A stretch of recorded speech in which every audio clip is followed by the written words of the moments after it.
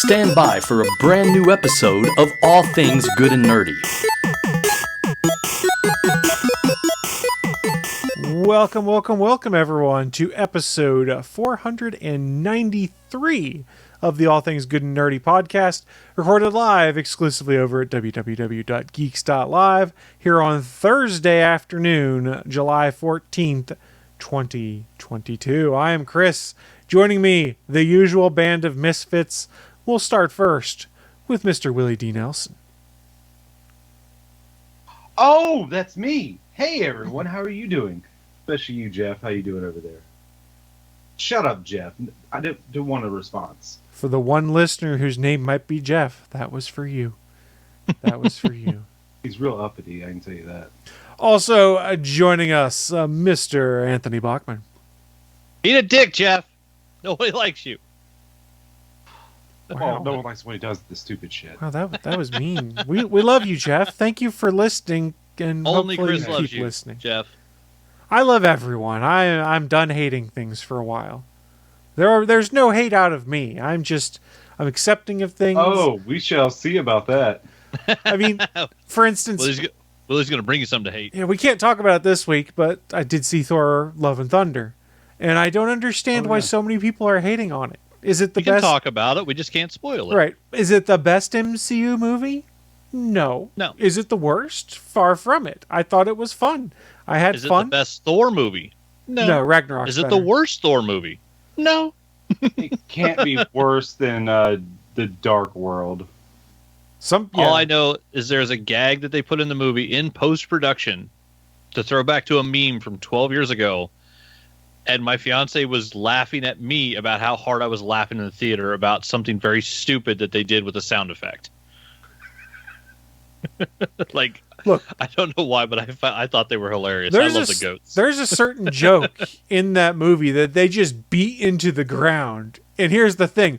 I still laughed every time. I knew it was coming, and I'm like, I was laughing like a madman in the theater at some of the stuff that they did. Someone's like, "Oh, all this movie is Taika Waititi laughing at his own jokes for 2 hours." I'm like, "Okay, that's funny." So I guess if he entertained himself, go for it. I saw an interview or read an interview with Chris Hemsworth somewhere that was Taika's original cut of the movie was close to 4 hours long, and he was like, "Yeah, I got to cut this down." So they cut down a lot, and then people started asking, "Well, when are we going to get the director's cut?" And I'm going to paraphrase because I can't quote Taika directly because I don't remember the full quote. But the paraphrase was, "There's a reason it's a director's cut. It's cut for a reason. You guys aren't going to see this stuff." Like Lena Headey was on set to record a bunch of stuff, didn't use any of it. Jeff Goldblum was on set, recorded stuff, didn't use any of it because it didn't work or it didn't click right. So they actually had a bunch of folks that they brought in that they didn't use it. And then Taika had basically said, I mean, it's deleted for a reason. Director's cuts are generally not good. They're removing it from a movie for a reason. Goldblum makes sense because it's Grandmaster, so he's got a character. Has Lena Headey been in the MCU yet? No, it was a new character. Oh, that would have been so cool. She's such a badass. Yeah. And the only reason I know that one came up is evidently she's getting sued by her former talent I was going to mention that. And it was because they say, "Hey, we should get a cut of the money you were paid for Thor Love and Thunder." And I guess her retort to them was, "Taika Waititi called me and asked if I wanted to be in the movie. You guys didn't do anything for this." Yeah, it's so weird where agents and managers is like, "Oh, we want 10% of all the work you do." It's how about you get 10% of the work you get me? Right. Because if somebody calls the star directly and offers them a role, the agent and the manager did nothing. They did zero. They should not get paid for that. I mean, what do I know on that one? I thought it was entertaining, and I saw that. And look, this is very much a Taika Waititi movie. It very much is. If you like his sense of humor, you're going to enjoy this movie. It has all of those staples of it. You can tell that most of the people on set are having fun, getting to do weird and crazy stuff. Yeah. And evidently he was having fun with it too. I mean, there was some stuff I saw. Must have been. Korg had a blast in this movie. I mean, this isn't a spoiler because it was in the trailers. We all know Russell Crowe was in the movie as Zeus. Evidently, Russell Crowe really was like, I wanted to have a Greek accent. Taika wanted me to have an English accent. So they did all the scenes twice where he did each accent. British accent. Yeah. Yep. So, and then in the end, Taika was like, he was right. The Greek accent was better. Yeah, because he said like Clash of the Titans, the classic I thought you films. said he wanted a Greek accent, and Waititi said he wanted a British accent. That's correct. Yeah. But then you said he did. But you said Waititi was right when he wanted. No. Waititi was quoted as saying that Russell Crowe was right to do it with a Greek accent. Yeah, of course he was right with that. Yeah, Why would you argue with that? Well, they shot everything both because Taika was saying like the classic films and stuff, Clash of the Titans, and everything, Zeus and all the gods were done by British actors. They had British accents, and so he's like, well, that's kind of what the audience expects. We should try to do that. And so then he's like, all right. And Russell Crowe did all the scenes with a British accent. He did all the scenes with a Greek accent. And then apparently Taika in post-production was coming around to it, watching it, and he goes, it's way more offensive if we do it with a British accent because why wouldn't a Greek god sound Greek? And so, he's like, Russell Crowe was right the whole time. And he cut all the stuff that was done with a British accent. But he had Russell Crowe do every line twice with a different accent. I mean, why not? Why do it twice when you just, take samples and like, oh, yeah, that sounds better. Because he wasn't sure what happened if he didn't do that. The way he enunciates, moves his hands and stuff along with it, so you couldn't just ADR it with an accent. Sometimes that's much tougher. Yeah, I enjoyed the movie. I had a lot of fun with it. I didn't think it was the best. I didn't think it was the worst. I thought it was pretty cool that pretty much all of Chris Hemsworth's kids got to be in the movie at different points. Yeah. Which was cool. I won't get into spoilers as to who they are or anything like that, but all of his kids got to be in the movie from what I'd read. That's cool. I mean, they filmed in Australia, so it made things a lot easier for Hemsworth, I imagine. And our favorite Asgardian actors are back. The short Hemsworth and Matt Damon. The fact that they're in there again and the spot that they gave them was hilarious. I love that Matt Damon's in the MCU as two totally different random bullshit roles. He's an actor in Asgard, and he's a redneck on a truck in Deadpool 2. Like, he's one of the biggest actors in the world, and they got him for these two little silly roles where he's just, like, showing up for, like, 1 or 2 days and having fun. That has to be amazing. Yeah, I agree. I do have to say, when it comes to the MCU, though, I think we've gotten to the point where people need to take half a step back, and instead of getting mad that, oh my God, this isn't doing a shitload of world building for us, realize that, hey, you don't have to have all the movies carry all the world building anymore. You've got series, you've got other tie-ins, and have you ever read comics? There's one-shot comics all the time, and if you pay attention to Thor Love and Thunder, there's setup for other stuff there. They just don't be like, here, look at this, it's set up for the next set of movies. You need to pay attention, and you'll see things that are setting up the next phase. And like Patton Oswalt talked about it in the newest Spider-Man, we didn't even see Uncle Ben die. I'm trying to remember, in the new Batman, do we actually see the Waynes get shot this time? No, I don't think so. Mentioned, but you don't see anything. Right. That's what I'm saying. Like, the world building is done. The cultural awareness of the origin of most superheroes is so ingrained in our society now. You don't have to see Uncle Ben die every movie. You don't have to see the Waynes get shot every movie. Like, it's just known factors. Like, if there's a killer with a hockey mask, you know it's Jason. No one has to tell you that. You just know. If you're over 10 years old, you're aware of the zeitgeist of pop culture. Uncle Ben died. It made Parker a better hero. The Waynes got shot. It made Bruce a psychopath. Like, these are things that we just know that don't have to be shown. So, 29 movies into the largest continuing, ongoing, cinematic universe. There shouldn't be world building at this point. All the worlds have been built. Some of them then destroyed and replaced with new worlds. Like, did you say Spider-Man's a better hero because Ben died? Yes. Yeah. Peter Parker becomes a better person because his choice to let someone commit a crime and get away with it because he was pissed at the moment leads to the death of one of his family members. From that point forward, Peter Parker is a superhero driven by guilt because of his own actions. Parker is a better person and a better hero because his uncle's dead. What? It doesn't make him. It's not a good thing. No. The point I would argue against that a hero is that if Ben was still alive, could he not influence him better further on? Well, that's my argument. They touch on that in some of the What If books and things like that. Like the House of M Spider-Man, Ben was still alive. And Parker's a dick in that world. Yeah, and he's a world-famous photographer, scientist, and he's an asshole. And pretending to be a mutant. Like that. Oh yeah, and pretending to be a mutant. I would write them to be better. Well, yeah, and you could. That's a valid argument. I'm just saying that's what makes Parker's driven by guilt. Most superheroes, they're driven by loss or something else. Peter Parker is driven by guilt because he let a criminal commit a crime because he was angry at the moment with the person that the crime was committed against.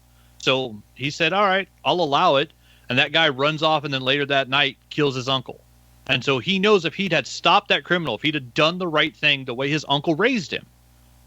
But because he didn't, he feels that guilt through. That's what the whole comic 900 issues of Amazing Spider-Man is about. Almost is 1,000. The guilt that Peter Parker feels because the way he looks at it, his uncle died because of him. He made a choice and that caused his uncle's death. He's the think of 300. Main character driven by guilt. Think of 300. Remember they said yes, look what they did with 300 Spartans. Now what are they going to do against 10,000? Look, he had one good piece of advice. Imagine the plethora of good advice Ben could have told him throughout the rest of his life. He just got one piece of advice. But here's the thing. Does that advice that you continually get from that person hit as hard when it's, okay, Uncle Ben's constantly giving me advice, cool, versus, oh, I didn't take Uncle Ben's advice and then I lost him. I can't do that again. From a narrative standpoint, one is far more compelling than the other. Anyone who knows Spider-Man, they know with great power comes great responsibility. Right. If that's all you really know about Spider-Man, that's what you know. But I mean, look how impactful that was. It spawned countless. It's still ongoing saying to this day. What if he could have been alive longer and said something much better than that? Who knows? Well, see, and what's funny because so then expand that argument to the MCU, where the death of his uncle drove him to be a hero, but not necessarily the best version of Peter Parker that he could be, which leads to the death of his Aunt May, where she tells him, even as she's dying, that doing the right thing is the right thing, no matter what it costs us, you should do the right thing.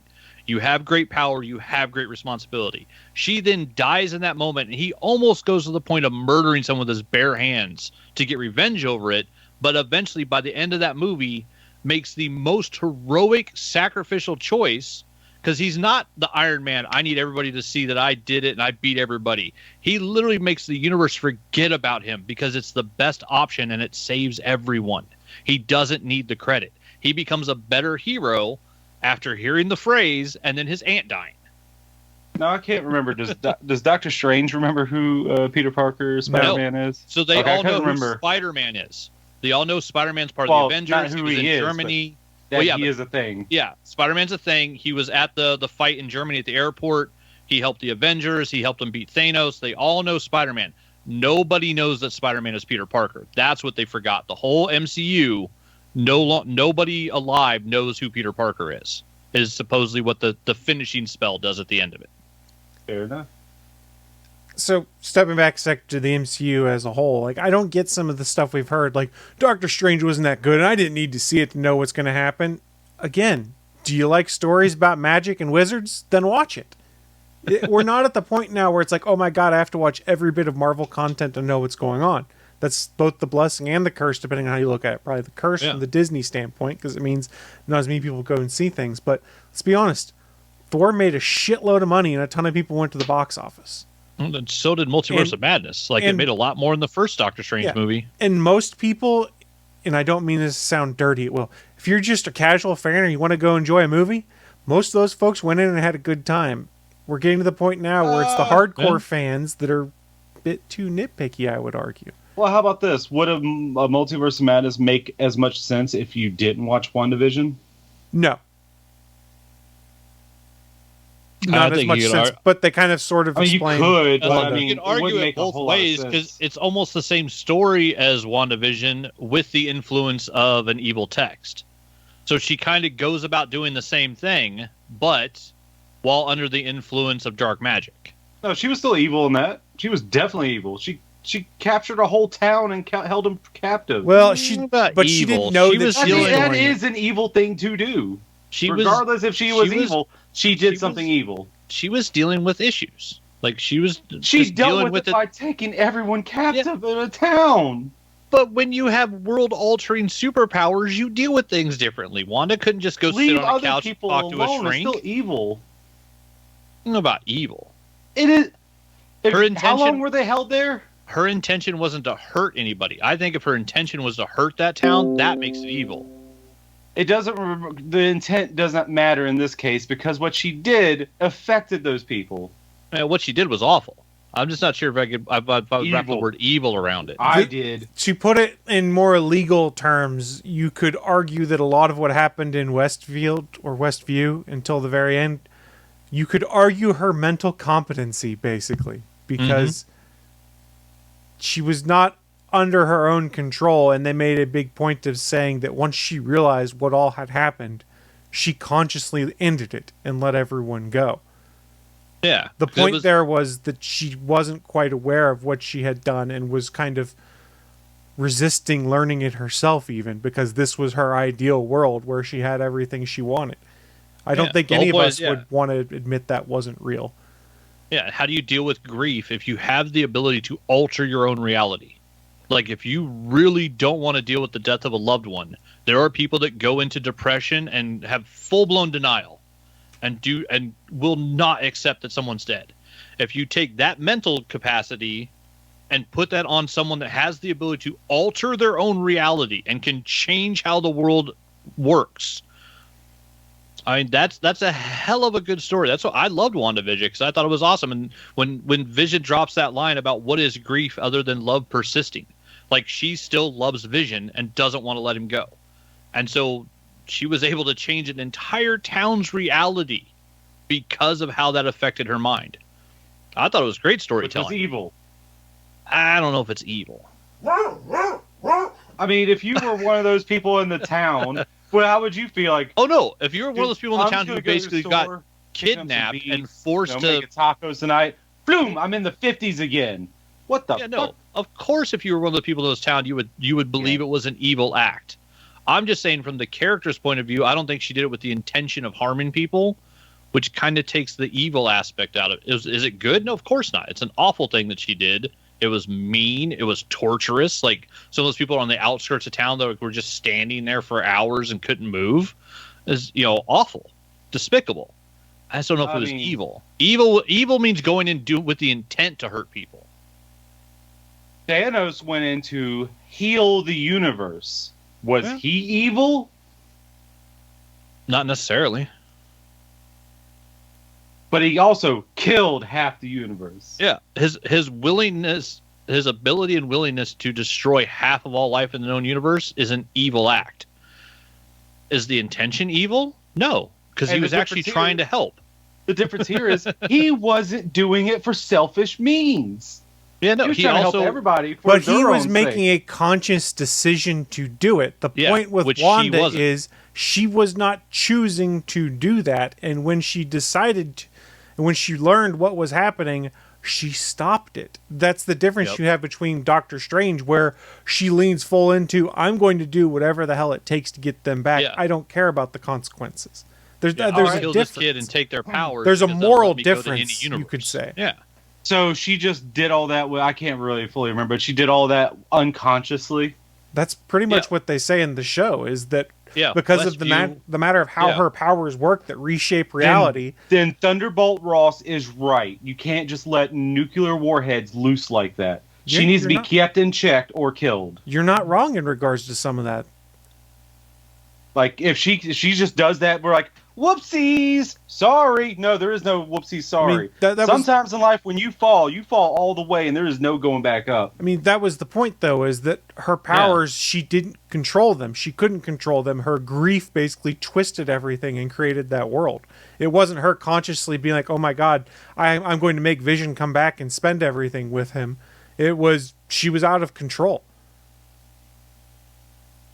Which, I mean, I liked it because, like, this is like the House of M Scarlet Witch. Like, things went so backwards that she said no more mutants and altered reality. Like, and the same character in the comics created her own children out of magic. They were never real, but she made them. Do that again. I don't understand that. That was the part that's it's kind of the big plot hole in do all it again. The end of WandaVision and into the Multiverse of Madness is, just make 2 more kids, Wanda. Like, you still have the ability to alter reality. If you could do it once, you could do it again. I guess the thought is, would they be the same? If you recreate them, is that still the same? I don't know.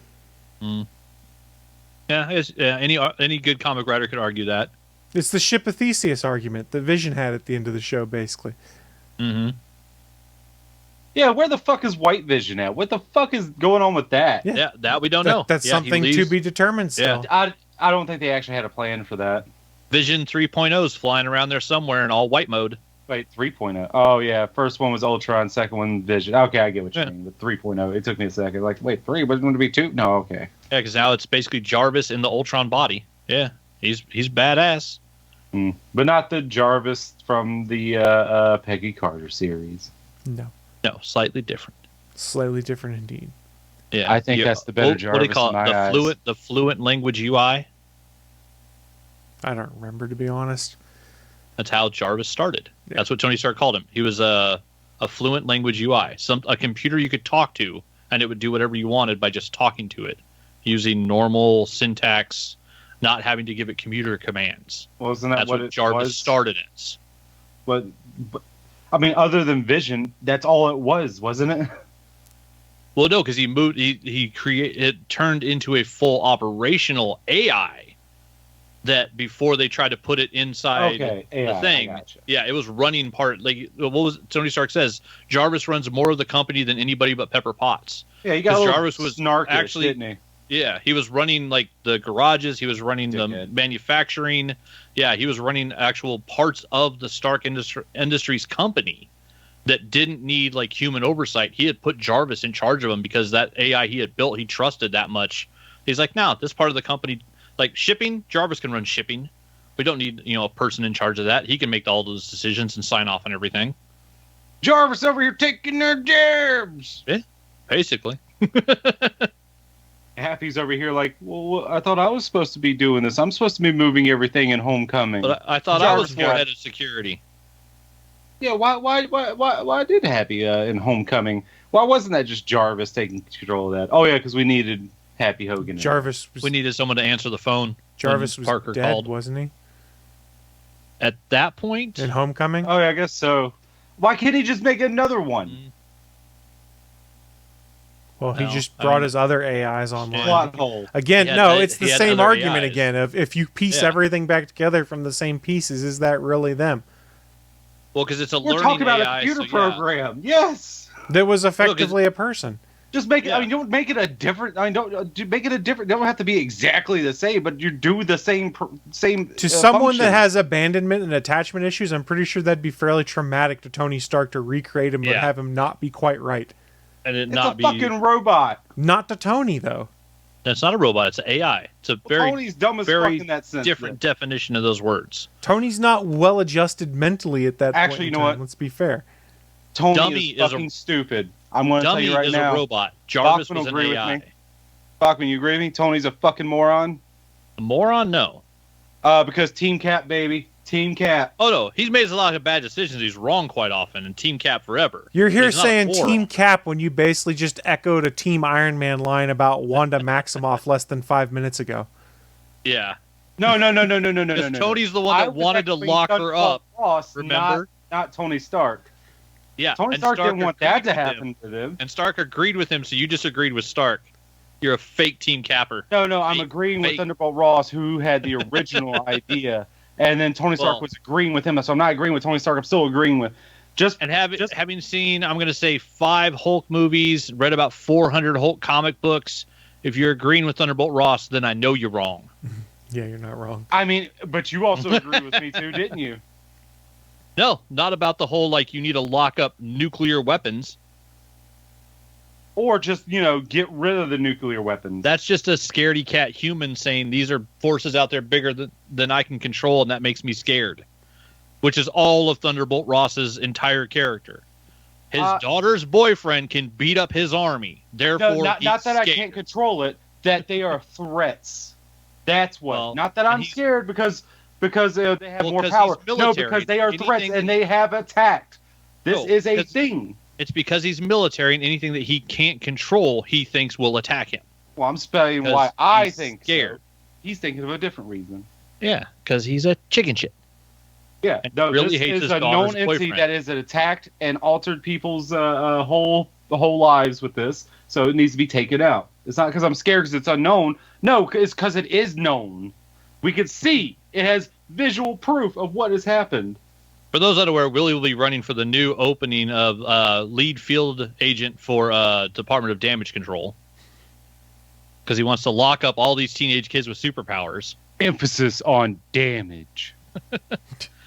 Oh, the way they left Miss Marvel, I wouldn't doubt it if they actually did the Grounded storyline. Like, if they do another Miss Marvel season, they could fully bring in like a version of the Champions and do the Grounded storyline where they did Champions No More, where they made it illegal for teenagers to be superheroes.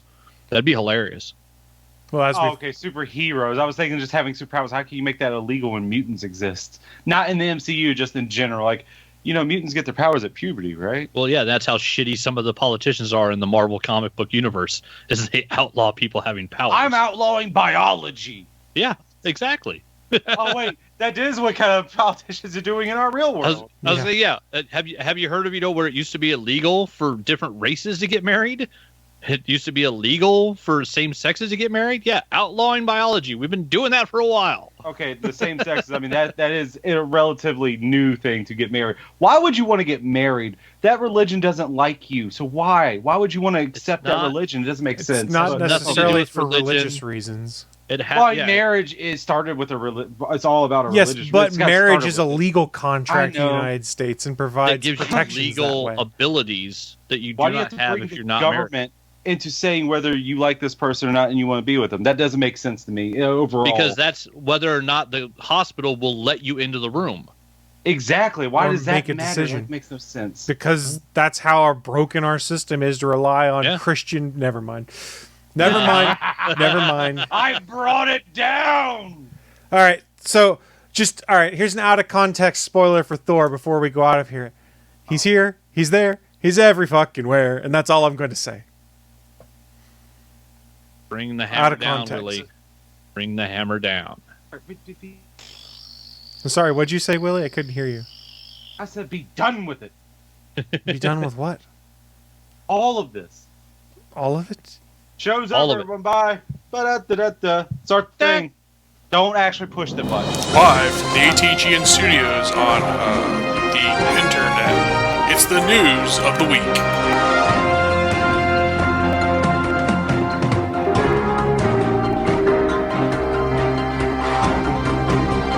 I pushed the button, just not the button Willie was thinking. We're into the button. I like that button better. For the news of the week. I thought you were going to do the actual end credit, but I was like, don't do that. I was just joking, didn't need all that, but I'm happy you pushed the news of the week. I was very happy. Whatever, man. I do what I want. I do what I want. So we're into the news of the week. It's that part of the show where we run down some of the interesting geeky and nerdy news from the past week or so and share with you guys who are watching live. I'm going to go first. We're going to do some super quick power news because I got a few things that are relatively short just to bring up, and then we'll move on to other topics. So let's see here. Let me get to the right scene for those of you on video so all of us are on screen again. Let's start first with me laughing. And if you listen to the Gonna Geek show in the past, you've probably heard us talk about this before. And it sort of ties into some conversation we've had in here before. Is last week I talked about some of the home automation stuff I've done in my house. Oh, you mean from Hey Google? Yes, don't say that. You'll trigger people's devices. Good, I'm meaning to. Hey Google, order an Alexa. Hey Alexa, order a Google. Stop. Don't do that. All right, so... It's funny, though, Chris. You're laughing. But it's really annoying when you're listening to podcasts on a smart device. And that's why you should have headphones in. No, I should listen to it however I want in my house. If I want to play it on every speaker in my house by saying, hey, G-Word, play this on the Everywhere group, I'll do it. I don't give a shit. Then you risk the automation. So, why do I bring this up? In the past, and on the GonnaGeek.com show, we had talked about a smart home automation company that many of us had used, and I think all three of us on the Gonna Geek show had used it at one point in time. It was a company called Wink, and it's been around for about a decade now. They create home hubs and sold equipment like lights and switches and things like that that you could make smart and automate. And I want to say about 5 or 6 years ago, they were bought by Will.i.am. Yes, the guy from the Black Peas owns this smart home automation company. And once that transaction went through, we started noticing degraded service from time to time, where you weren't able to get your hub to connect and be able to run a lot of your routines. So say you had your lights on a schedule when you'd come home. If their services weren't working, your schedule wouldn't work. You couldn't say, hey, G-word, turn on my living room lights if the servers were down. So they had problems. And a lot of us started thinking, maybe we need to get off of this. And about 3 years ago, they had a problem where they basically forgot to rebuy their domain name, and it took their website down for an afternoon. I'm not kidding. That's basically what it came down to, is they didn't own their domain name, so all of their certificates and things like that expired, and nobody could run their stuff. And we all went, oh, this is a problem. What if someone sniped in there and got it right between? That would have been great. Yeah, it would have been certainly interesting. And around that same time, that's when it came out of, hey, we know you guys are using these services, and despite the fact that we advertised on the box for the hub when you bought it that there's no fees once you buy the hub, we're instituting a $4.99 a month monthly fee to be able to use this service. And a lot of us who had been dabbling in home automation and started looking at other things because they were uncomfortable with the reliability of Wink went, F you, I'm not paying you $5 a month to keep using these services. And I, for one, jumped over and got a Samsung SmartThings hub. And by got, I mean my dad bought a tablet at Best Buy and got it for free and said, hey, do you use these home automation hubs? I've got one I'm never going to use. So he gave me a hub, and I moved all of my stuff over to Samsung SmartThings platform. So everything worked pretty much the same. You could hook it into Google Assistant, Amazon Voice Services, things like that. Steven moved over to a service called Hubitat, I believe. And I can't remember what SP had moved his stuff to, but he's no longer using the Wink Hub either. So we all jumped off around that time frame when there was extended outages due to them not renewing their domain names and their certificates, things like that. And it showed the flaw of, hey, a company that's floundering for money that can't afford to keep the lights on, maybe we don't want to rely on them to run a bunch of automation in our homes. And there are tools and stuff that are coming out now that are making these individual hub vendors less useful or less needed, and potentially, if they ever deploy a new smart home, we'll call it a service, it's not really a service, but the brains behind smart homes called Matter, that Google and a variety of other services are behind, you won't necessarily need all these hubs. You'll be able to make things talk directly to your Amazon devices or your Google devices, things like that. So I was just browsing Reddit today because I have a couple home automation things bookmarked that I look, and I see this story that had popped up on The Verge that is, hey, you guys remember Wink? Well, they still exist, but it's been broken since July 1st, and they still have no idea how to fix it. So broken, in fact, that their support emails weren't working, so they couldn't hear from customers. But somehow, if you go and look on the Wink Hub subreddit, their billing stuff still works. So if you were due to get billed on, say, July 5th, they still billed you your $4.99 a month. But it is so broken right now that if you're a paying customer, you can't run any of your automations because they all rely on being able to reach back through the cloud to their servers.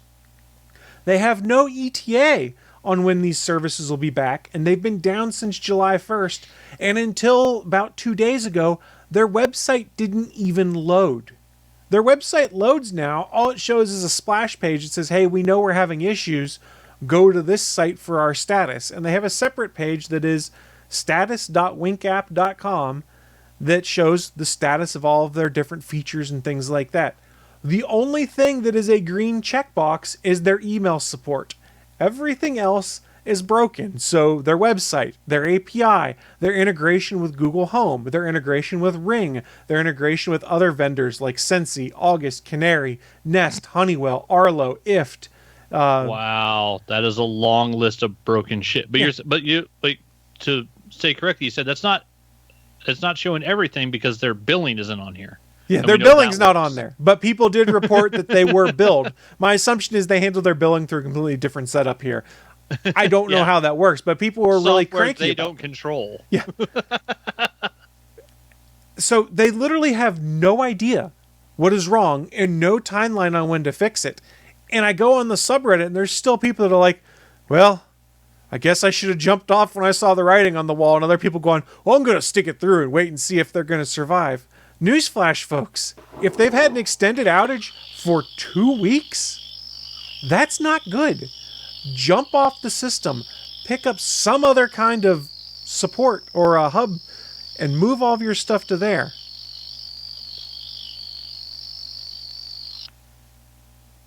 So, I mean, is anybody still using Wink if none of it works? Well, people still own it, and there are some people that are saying there's two different generations of hubs. There are some people on the subreddit, at least, that are saying some of their routines on their Gen 2 hubs are working properly because Gen 2 could supposedly run things locally, meaning you didn't have to reach out to the cloud to do anything. So these devices, some people have reported, hey, my scheduled outside lights are still turning off and on like they're supposed to because it's being run locally versus being run in the cloud. It does go and show one of the problems with running things out of the cloud, but I kind of wanted to bring it up. I know it's not a topic that we've really talked about on here, but it's something we talked about on the Gonna Geek show before. And it just kind of made me laugh. And I'll be honest, at first I was more surprised that Wink still existed because I hadn't heard anything about them since I jumped off, because I honestly stopped actively monitoring it because if I'm not using it, I don't really care. I've moved on to other things. But then when I saw just how broken it was, I was just kind of aghast that some people were just like, well, I'm going to see it through, or, well, this is just a pain in the butt. When I'm going, man, I moved over to Smart Things, and I've had a couple minor hiccups here and there where routines didn't work as scheduled, and I found out it's because the internet was down in my house or something like that, and I didn't have it programmed correctly to run out of the hub. It was still trying to reach out to a server. If you're on Wink, get off while you can. There's a variety of different things you can move to. I know some people were waiting to see when Matter would launch, and Matter's been supposedly going to launch for the last 18 months and hasn't. Just get off Wink. I say the Twitter account at I am Will for Will I am. I would just keep tweeting at him until you get a response. Yeah. If he owns it. Well, it seems like they did a bunch of things to cut budget once he bought them, and then they couldn't bring in any additional like venture capitalists to keep funding them. And the kicker is Wink was one of the very first smart home automation products that was out there. So there were a lot of people early on that had gotten into it when it was still called Quirky and started automating their homes that way. And as we've progressed, there's been other providers that have come out. They've started shifting some of these things so that they're built directly into, say, your Amazon devices. Some of them have hubs built directly into them so you can automate through them. So they're just passed up by everyone else because they didn't evolve. And I was laughing. Steven was saying in our group chat, he goes, well, if I wanted to go buy another Wink hub, they've been sitting at full price at my local Home Depot for like the last 5 years, and they've never dropped the price on them. Why would you pay full price for any of that bullshit? Well, I mean, That's and the ridiculous. thing is, you can't even buy a hub directly from them on their website, is what people were saying. Like, the writing was on the wall. You can't buy the hardware. All you can do is pay the subscription fee to keep your existing stuff running. Should have jumped off, folks. If you're impacted, I hope you are able to jump over to other products.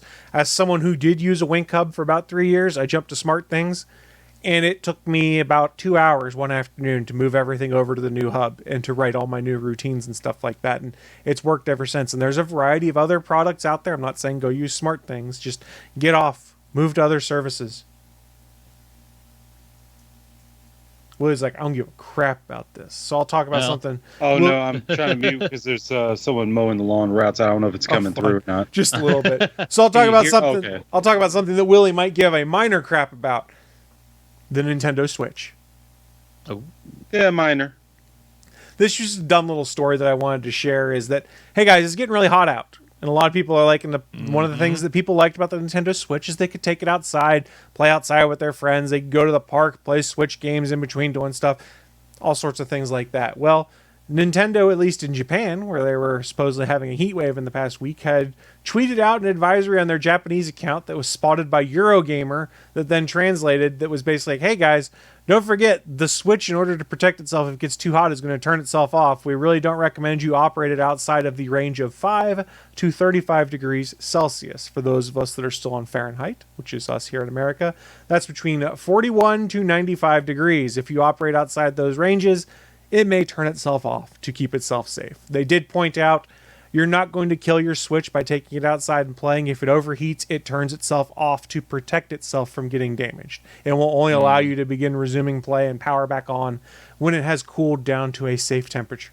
So only one time have I ever had like a phone pop up with a message saying "too hot, turning off" or something. Something to that effect. I've had it pop up on my current phone that it was throttling down a little bit until it cooled itself down because there was too much stuff going on in the background. But yeah, it's tough to do, and it's easier to do, though, when you're out in a temperature outside of where you would normally expect to have your phone. Like, we're used to, I'm going to walk from the parking lot to my office, or I'm going to go run a few errands outside, an incidental use. But if you're doing heavy use of your phone or your Switch outside, when it's hotter than normal out, those devices run hot already. You're probably going to come up to an instance where it's going to thermally throttle and then shut itself down so that it doesn't damage itself.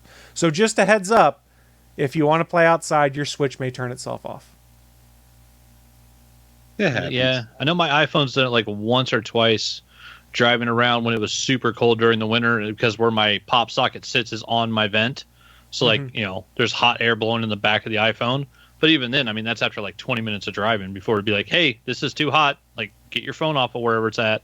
Conversely, in the summer, it would cool it down quite nicely so that it could do whatever you wanted. When I drive around now, like, if I got my, music or a podcast or an app or anything running, like I pull my phone off and go to put it in my pocket and it's freezing cold. Right. So it works great in the summer.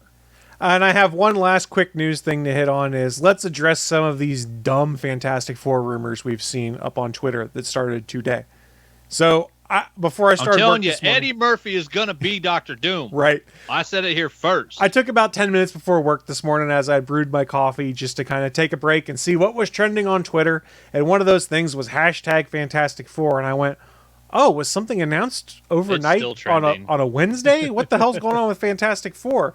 So I pulled it up, and there was a variety of different things there. But the top news story was reporting that Kevin Feige's top target and supposedly was on board to do it for directing and producing and being involved behind the scenes for everything on Fantastic Four was Steven Spielberg. And I went, well, that's a hell of a get if this is true. And I started digging a little. Yeah, well, you're right.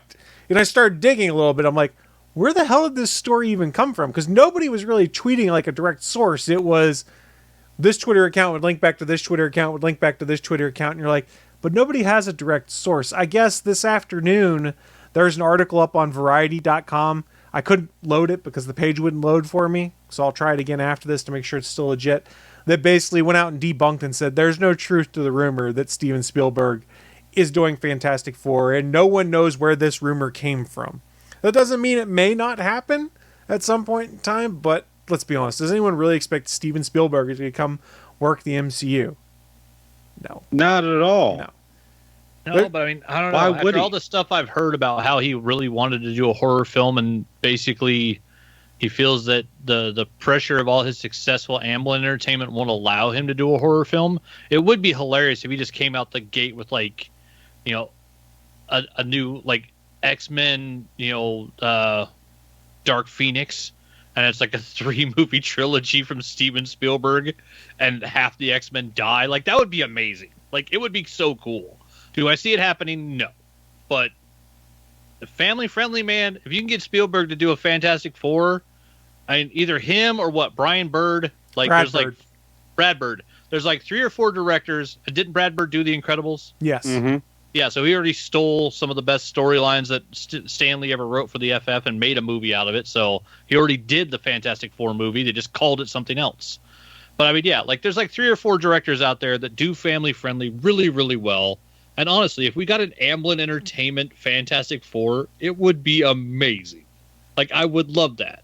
Is it going to happen? There's a very, very small chance. And there's more Fantastic Four rumors floating out there. Again, it's the same thing I saw with Spielberg. So I'm bringing them up here to be like, look, if you're hearing these, nobody knows where they're coming from. So take it with a grain of salt. Then there's casting rumors. And one of the rumors out there is that next week, I guess, is San Diego Comic-Con. I haven't been paying attention, so that sounds about right. But supposedly we'll get a Wakanda Forever trailer. Supposed insiders that you can only find on Twitter that don't source anything else are saying Dr. Doom will feature in Wakanda Forever on top of the already rumors about Namor. And that will then spin off into Fantastic Four. And I went, what? And supposedly there was previses of Dr. Doom shared online, and I didn't believe that they were real either. Do I believe Dr. Doom's going to show up at some point in time? Yes, because the character's awesome, and I'd like to see stuff like that. So that rumor came out. Let's see. The other rumors we start getting casting rumors that, again, I have seen not confirmed anywhere and not sourced by anyone with any accuracy. It's more of, hey, pure we've internet heard this. rumor mill. is that Reed Richards could be played by Penn Badgley, who was he's the serial killer on You. Is that him? Yeah, You is the name of the show. Yeah, and was he on Gossip Girl also or something like that? If I'm remembering correctly. Maybe. Yeah, because he's star of Netflix show Odd Shows as a superhero. Yeah, it just references the You series. So I think it's his most current popular thing. But yeah, he might have also been on Gossip Girl. Yeah, and then I've also seen other things floating around that Jamie Dornan is Reed Richards, or he might be Doctor Doom also, is from what these sites are saying. Yeah, I'm seeing another one for familiar. He Simon was the Baker. lead male in the 50 Shades of Grey movies. Yeah, Jamie Dornan.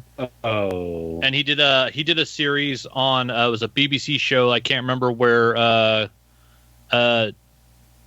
Gillian Anderson Scully was the detective chasing him, and he was a serial killer that murdered women in London, which was a really good show.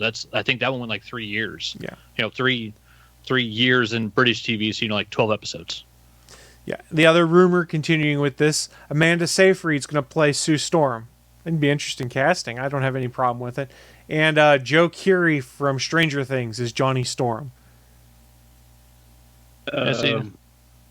Sure. I don't know if it'd work if those were both the same casting rumor, having Siegfried as like playing the sister to Steve the Hare Harrington, because they look nothing alike at all. But Chris Evans look like Jessica Alba in the way that like really pretty people look Jessica like pretty Alba. people.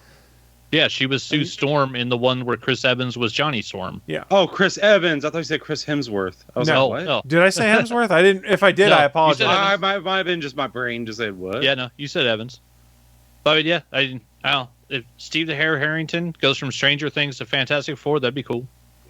Look, I'd watch that. So why I bring this up is we're recording this on July 14th. It's 3:30 in the afternoon Eastern time. This is all bullshit. There's nothing confirmed out there. Don't get yourself super hyped based off of weird shit you're seeing on Twitter, because it's probably not true and none of it is sourced. Like if you were seeing something from someone who's actually got credentials on Twitter, let's say Slash Film or Hollywood Reporter or reporters that work for them, or folks like Peter Scretta over at Slash Film, then you can start to believe it because they actually have sources and they run things down and break news.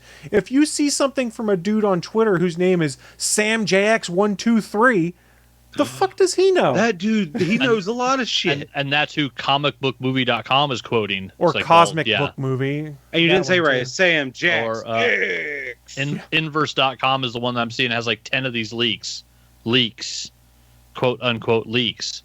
Because I've also seen Simon Baker as Doom. Which, Yeah, I've seen that one too. Yeah, he's an okay actor, but I don't think he'd be able to pull off Doom. We don't know shit is what it comes down to. So please, don't spread the stuff around, because all you do is encourage more people to spread stupid shit so they can get clicks. And then it gets put on stupid websites that don't do any research. They just go on Twitter and Reddit to see what's trending and then write little articles about it so they can get people to click on it and make them money. There's no reporting going on here. It's theorizing, and I imagine, if I had to guess, it all started from someone going, hey, here's my fan casting, and someone took that as the gospel and said, oh my God, we have to make this happen. That's the funny thing, is Kevin Smith has literally called that out, doing episodes of Batman Beyond where him and Mark Bernard will be like, you know who'd be cool in that? This person, and this is why. Yeah. And then the next day an article comes out about Kevin Smith, Hollywood Insider, says so-and-so is playing this character. And he's like, I literally said in the podcast, we're making shit up. We're fan casting. I have no information. And still someone writes an article about it, and then somebody sources that article. And then now you have two places that you can source it from, and then people push that along as if it's a real casting announcement, and not just, it's not even a rumor. It's literally something somebody made up on a podcast just to try to be entertaining, just talking like, oh, hey, wouldn't it be cool to see this character play, or this guy play this character, or this girl play this character? Like, it's literally just fan cast, and then people work it through the social commentary bullshit system and then turn it into, oh, rumor mill says. No, there's no rumor mill. There's no fan. It's just fan casting. It's just people talking about what they would like to see. There is literally not a level deep enough I could dig to. And I looked a little before the show to figure out who's actually sourcing this? It's just a bunch of people saying, rumor rumor has it, or we're hearing such and such, and you go and look at their account and they have like 600 followers, and you're like, the fuck do you know? And maybe someone like that gets it right. Awesome, congratulations. But let's be honest here. Those aren't the people 99% of the time that are breaking the news. Have some, how do I put this best? Just be smart when you're on the internet and go back to how it used to be, which is don't believe everything you read immediately, especially when it comes to like MCU casting and MCU directing. Treat every day like it's April Fool's Day when you see something on Twitter, and verify it every time, and don't start spreading the rumors. And please, for the love of God, don't go to wegotThisCovered.com and believe anything they say. Oh, they're the worst. Fuck those guys. Yeah, everything they said they have is clickbait and fake.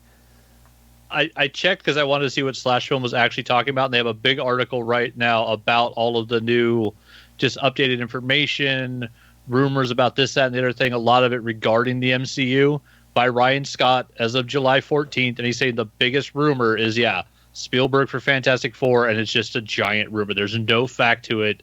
There's nobody sourcing it. It's all gobbledygook. It's all hubbub. It's all scuttlebutt. It's all horseshit and shenanigans. Yeah. Just be smart. Stop believing bullshit on the internet unless you can, get it verified. Maybe that's part of the problem we just have as a society as a whole, though. Well, because, journalists used to be held accountable to having sources and verifying information, and then the internet became a thing, and you can just type whatever you want into a headline and publish it. I'm going to type that Anthony Bachman's going to be Mr. Fantastic and see where that goes. I could probably stretch into the role. And Willie Nelson is going to play the role of Rick Sanchez in a live-action Rick Sanchez movie. Oh, I thought you were going to say The Thing. Yeah, I'd have Willie as my thing. You want to rephrase that? You big orange. You be my big orange dork. Phrasing? Are we still? Do you want to change that phrase again? Nope. I did like seeing this though. They actually put, I guess IGN did the numbers, and now with 7+ Disney shows and Miss Marvel finished in 29 movies, if you rewatch the entire MCU, it will take you 100 hours. So it is now the largest collection of any crossover universe thing ever in media. 100 hours of MCU. Yeah. The Harry Potter films are long, but they ain't 100 hours. Before we spin off to the next news story here, going back to phrasing, the best one I've heard today, and I saw this on Twitter, it was from Big 12 Media Day, where the Big 12 football or athletic conference is doing their events. The head Fantastic coach Four going to be in the Big Ten? Yeah, right. The head coach of the Oklahoma Sooners. This is his quote: "The fire hose is fully inserted in my mouth here. We've been blowing and going." Oh, that's a good. That's the kind of one you see on All Fantasy Everything. There's a Twitter account that's literally just All Fantasy Everything out of context, and they just take a line that the comedians say and pull it completely out of the story, out of the joke, and it's just, here's a phrase that somebody said out loud, and if you take it out of context, it's really damn funny sometimes. Yeah. That coach is just blowing and going, huh? Yeah. Well, he's got a fire hose in his mouth. He's got a fire hose in his mouth. Wow. Yeah, it was. That's pretty high up there in my out of context stuff that I've seen. He's having a week right there. Right. He's having a week. All right, so those are my quick news bites that we kind of got distracted on. Willie, you said you had an update for us this week. What do you got for us, buddy? Yes, so last week I mentioned that Ubisoft was going to be delisting and pulling off from their servers some games that you can't get anymore, as you remember, and DLC and their online servers. I completely understand, like on the multiplayer part, but for at least one game that I know of, Assassin's Creed Liberations, I think it has the HD at the end. That had the DRM on that game as of September 1st. You can no longer play it if you own it. It is completely gone. Like, the DRM is going to be pulled. The servers won't work, so it can't rectify if it's a legal copy or not. So it just won't let you play it. Why don't they just, put a patch out that kills the DRM? Be like, hey, the game's no longer supported. That's a genius idea. You guys can just play. That's fucking genius. No, you just won't be able to play it. And they're still selling it, right? You could probably go on Steam right now and buy it. On sale. Yeah, I think Fuck as of them. right now, you can still buy it up until they pull it. Yeah, Ubisoft is really fucking the pooch here. That's insane. You're still going to sell this game that you're going to basically kill a single player game because your DRM servers are getting turned off in September, but we'll still sell it to you to keep playing up until then. Or we won't even take the effort to, patch the game to kill the DRM. Scandalous. Now, regardless if you think the game is good or not, that's irrelevant at this point. It's just a bad precedent. Yeah. Well, and to still be selling anything that you're planning on killing without a giant warning label. Yeah. I think I saw there is nothing on it that tells you that either. Let's say, because didn't we say last week we were talking about on Steam, like the reviewers, people were saying, "Hey, don't buy this game because it's going to die in like 14 days." Mm-hmm. On that one, but yeah, there's nothing that was actually in the Steam catalog that said, "Hey, this game will no longer be playable in X number of days," which it really should say that if they're planning on shutting it down. So if they're planning on shutting it down, I still think it sucks and the precedent is terrible. But if they went, hey, we're putting the game on sale for 99 cents for the next month, and then we're not going to put it for sale anymore, which is, you want to play this game, buy it for 99 cents, beat it, get the achievements knocked out, and we're done. And for all I know, it is on sale to some extent or part of a larger sale somewhere. But to keep selling the game with no notice that we're pulling the plug on it, and I'm sure there's not a ton of people going out and buying that game on a day-to-day basis, because it's like 8-9 years old, something like that. No, probably longer than that. Okay, so I think that game originally came out on the Vita. Oh, okay, yeah, and that's why it has the HD. I think that's the same one. It's one of the there's so many Assassin's Creeds out there. I can't keep them up, man. Yeah, I can't either. Yeah, there's a bunch of them. It's just a matter of the precedent's terrible. It's being set here, especially when we're talking about a single-player game. That the only reason I can't play it is because the DRM you baked into it you'll no longer support. What? Come on. Mm-hmm. Yep, that's the only thing that's why you can't play is because the DRM in it. Scandalous, man. Why can't you just patch it out? I don't know. They don't want to spend the money to figure out how to patch it out. When it's probably, I don't know, it's probably an oversimplification, but you could probably they probably have from their testing purposes a flag they can set that basically turns the DRM check off and on. I mean, I think that it's worth it to just do that, to avoid the bad press it's getting right as of this moment. Well, I mean, also look at it from this perspective. We've talked about it before on this show, and there's whole groups that are set up all about game preservation. Your game will not be preserved, cannot be made part of history. Well, because it's only on Steam. Okay, same, doesn't matter. Fair enough. I mean, you still go buy the disc on consoles or something. Okay. But wait. It was PSP only, so it might be PSP. Oh no! They ported it over to PC and consoles. The PS Vita game, I guess that's a bit more tolerable from a preservation standpoint. It still exists in some point, but as a consumer, it's still frustrating. Again, I bought this, but because of how digital games work, I didn't read the fine print and realized I'm only buying a license that says I get to play it until they decide I can no longer have it anymore. I mean, I get that point, but it's also fucking stupid. Yeah. It just patch the DRM out. So if I buy the disc, I own the disc? But if I buy it digitally, you don't own it digitally? Like, what? This is like, why is this ass backwards? Yeah. Like, just fucking do it. Just stop being dickheads. Stop trying to be greedy for every single goddamn penny. Wait. You don't want companies and corporations and businesses to be dickheads? Yeah. That's asking a lot. Wait, wasn't Google's motto supposed to be "Don't be evil"? At one point in time. Yeah, and they fucked that up, didn't they? What's their motto now? Acceptable levels of evil. Money, money, money. Which we set ourselves. Yeah, so that was my news. Assassin's Creed Liberation HD, I believe that is the full title, is not going to be playable. I think that's the There might be another one. I'm not sure, but that is the one I have heard of. I mean, I wasn't rushing to go out and play it, and I certainly am even less likely to do so now. But this might get a ball rolling. This might be the the shot that killed Ferdinand. I mean, what do you have against bulls?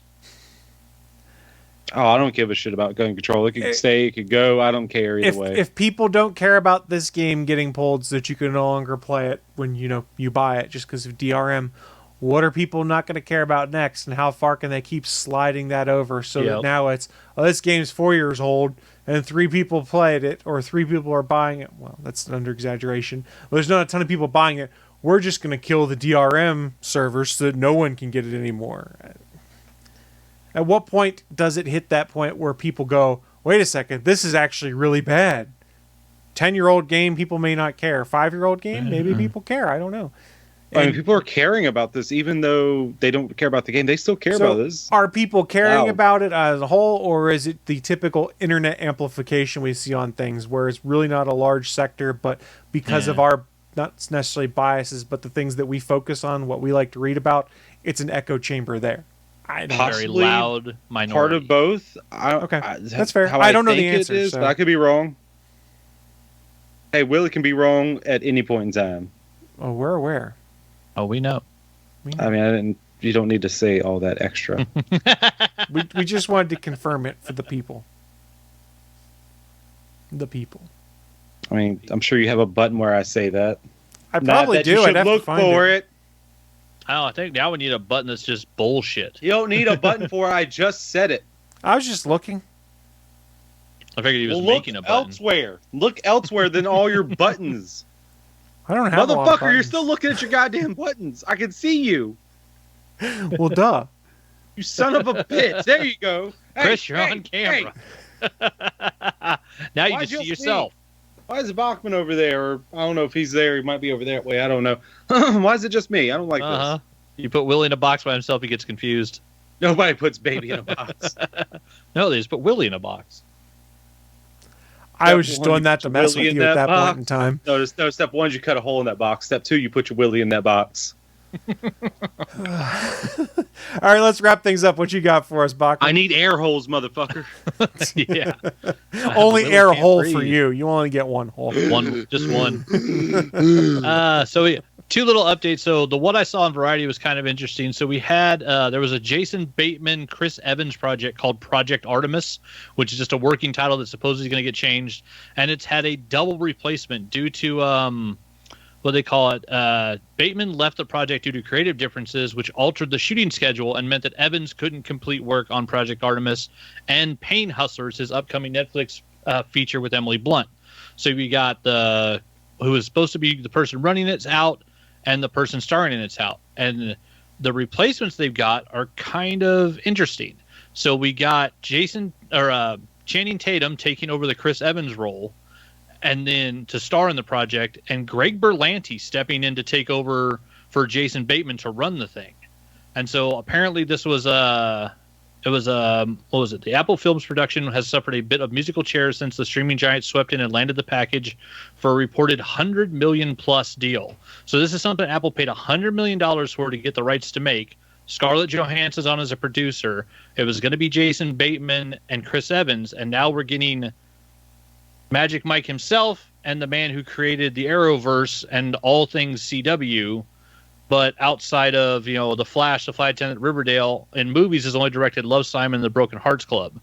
And Tatum's back now with his new movie Dog and The Lost City. Apparently he's also working on Magic Mike's Last Dance, so it will be a trilogy. Whoever doubted Magic Mike was wrong. Yeah, so I don't know. I'm kind of interested to see what those two would do in a project that was originally supposed to be Jason Bateman and Chris Evans. It just seems interesting to me. It could be interesting. I'm not sure I'm willing to go to the theaters for it. Well, and it's an Apple original film, so it may not even go to theaters. It may just go straight to Apple TV. Then I only own that for 2 months out of the year so I can watch Ted Lasso. So maybe I'll see it then. There you go. You might see it there. Yeah, so that one popped up, and then the other one I got was the sci-fi article over on the Sci-Fi Wire talking about the new series Reginald the Vampire and Chucky Season 2. Both are going to come out now, October 5th. I'm about halfway through the first season of Chucky on, I think we were watching on Sling, me and the fiance, and I like it a lot more than her because I'm a big fan of Brad Dourif and the original Chucky movies. And she just thought the show was a little slow because it's not quite a horror movie on TV because it does, it's filling those restrictions of being on sci-fi. So, it's not quite as intense as it could be. It's not quite as, fun, really. It's got some good stuff in it. Just, it could be better, but I've enjoyed some of it. And with, it's Don Mancini, the guy that created it, created Chucky and, the real voice of Chucky. So that kind of set it apart. And honestly, I do like it more than that Chucky remake movie they did a little bit ago.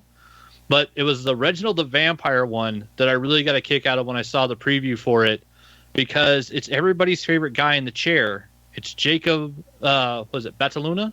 Batalon, I thought is what it was. Batalon. Yeah. So the Ned Leeds of the MCU Spider-Man is going to be Reginald the Vampire. Like, even like the text treatments and stuff they got going for this and all these ads look really cool. Let's see, what does it say? Stars Spider-Man vet Jacob Batalon as the Fang protagonist who struggles to find a sense of belonging in a society populated by glamorous and vain bloodsuckers. So it's Jacob Batalon, just looking like himself, dealing with the fact that every vampire in the world is apparently prettier than him. And so it's like, a vampire dealing with like self-image problems. And so, he can't be with the girl he loves. He's mercilessly bullied at work by his manager, and to top things off, a vampire chieftain wants him dead. Despite all these obstacles, Reginald soon learns he's got a few unrecognized talents of his own. There's a little teaser for it. There's a bunch of great artwork and like just marketing stuff out. But yeah, so October 5th, I am very much looking forward to it. And their little tagline's even great. It's not your average thirst trap. And it's just a picture of Jacob Batalon standing there with, with fangs hanging down. It looks super cute and funny. And I think it's just going to be a really fun show. And that kid is such an amazing actor. I'm looking forward to see him doing something outside of the Spider-Man universe. Is he like almost 30? I think he's in his mid to late 20s. Yeah. But like, I mean, he's a really, really good actor. So yeah, I'm excited to see what he does with this. The show looks like it's just going to be super fun. And yeah, there's a little teaser out there for Chucky season 2 and for Reginald the Vampire. If you want to go watch them on Sci-Fi, they're probably up on YouTube by now. But yeah, it just looks really good. He's and I mean, 25, I want to, by the way. 25. Okay. So yeah, mid 20s. So yeah, and I mean, and now he's like, and what's funny is he's going in to play Reginald now after he lost a lot of the weight during the Spider-Man movies, and so he's in much better physical shape than he was, but he's still playing a character that has trouble feeling like, he doesn't look as good as everybody else. It seems like a great character for him to work on, and like the show sounds really funny to me. So I'm looking forward to both of those. I got to go finish watching Chucky, but yeah, the Reginald the Vampire, it looks hilarious. I'm very much looking forward to it. And yeah, Jacob Batalon's a great actor, so it'll be cool to see what he does outside of Spider-Man. Yeah, it could be interesting. I like weird things, so I'll check it out. Mm-hmm. That's why I'm here. That's how Willie got here, I'll be honest. Oh, I didn't notice this before. Yeah, and so it's a much better title because it was based on a series of novels called Fat Vampire. So yeah, Reginald the Vampire is a much better title. Yeah, should be fun. We need more fun in the world. No, well, that's what this is here for. This is more fun in the world. We always have fun. That vampire, wouldn't Famp be better? Famp wouldn't actually be bad. That's a good title. Willie just gave you that one for free, internet. Mm-hmm. If that was like the crappy name that like the people that like the bully him, if they just call him a Famp, that would be funny. I'll give you that. Summer, this October, you're gonna fap to the Famp. Hey now, why is it gotta go that way? I was pretty sure he was gonna go with that alliteration. I should have been. I should have known better. I should have been afraid. That's all I had for my news of the week. Well, on that note, then, we'll start wrapping things up with our final little segment called What I'm Into. That's when we share with you guys watching live or listening at a later date the geeky and nerdy things we've been getting into, because you may want to go check them out yourselves. And I'll kick things off because my list has been pretty short. I've been busy with work and some projects around the house, but did finish Our Flag Means Death on HBO Max. Nice. It took like 3 episodes for me to get into it. And then once like it started clicking with me, I had a lot of fun with it, and I thought it was hilarious. And Taika Waititi as Blackbeard is just hilarious to me. Yeah, that's why you need 3 episodes. Yeah. Taika shows up in episode 3, right? Yes. I mean, yeah. The show's good, but it becomes great once Blackbeard's involved. And it's a pirate love story, so just keep that in mind, people. It was fun. The gentleman pirate. I enjoyed it. Taika Waititi is a very busy guy, I've realized. He has a lot of stuff going on. Good for him. Other things we get into, still replaying Watch Dogs 2 on my Xbox. I love that game. It's so much better than the last Watch Dogs game that came out because it's funny, it has heart, it has interesting characters, and Watch Dogs Legion didn't have that. It had fun gameplay, but the characters were boring because the whole concept was any NPC can be the main character, so you can't really build up cool character relationships when it's all random people. Neither here nor there. I really enjoy it. There's been a bunch of sales on stuff. I almost pulled the trigger on Far Cry 6 for $12.50 as part of the Prime Day stuff, but I'm kind of waiting to see when that shows up on Game Pass since they made that deal with Ubisoft. And I'm probably just going to play Far Cry 5 next because I'd never played it and it showed up on Game Pass as something I could play. I played the first 30 minutes on the cloud streaming and it was fine. I'm sorry, you're happy about the Ubisoft? I'm happy about what about Ubisoft? I can't hear you, Willie. Still can't hear you. You just trailed off, Willie. And then there was no audio. Yeah. You're sorry, say again? I heard you for a second there. Things plugged in. Now you're back. Nothing changed. I don't know, but I can hear you now. But what was it you were saying about Ubisoft? You're happy about Ubisoft in their dealing, even though they're dicking around with DRMs? I'm not paying anything outside of my subscription fee to Game Pass for it. Fair enough. And Watch Dogs 2 is a sunk cost because I bought that 6 or 7 years ago. Probably more than that. So, no, I'm not too worried about that one.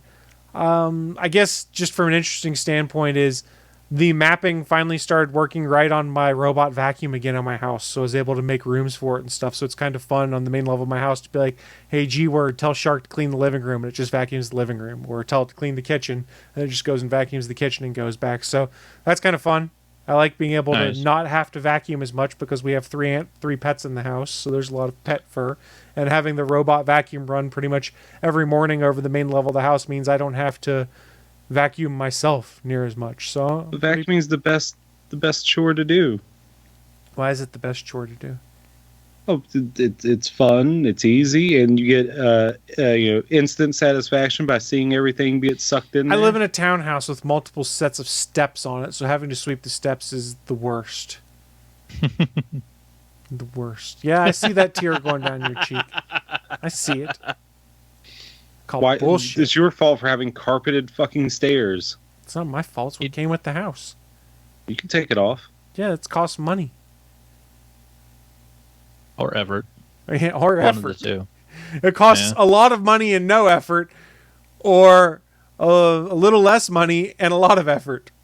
Mm-hmm. Or just don't use the stairs. Just don't walk on them and get them dirty. How am I going to get use to my your elevator, bedroom? Chris. Jeez. Oh yeah, I forgot. I'll just teleport like Huey. Just go over to the east wing. Jesus Christ. East wing.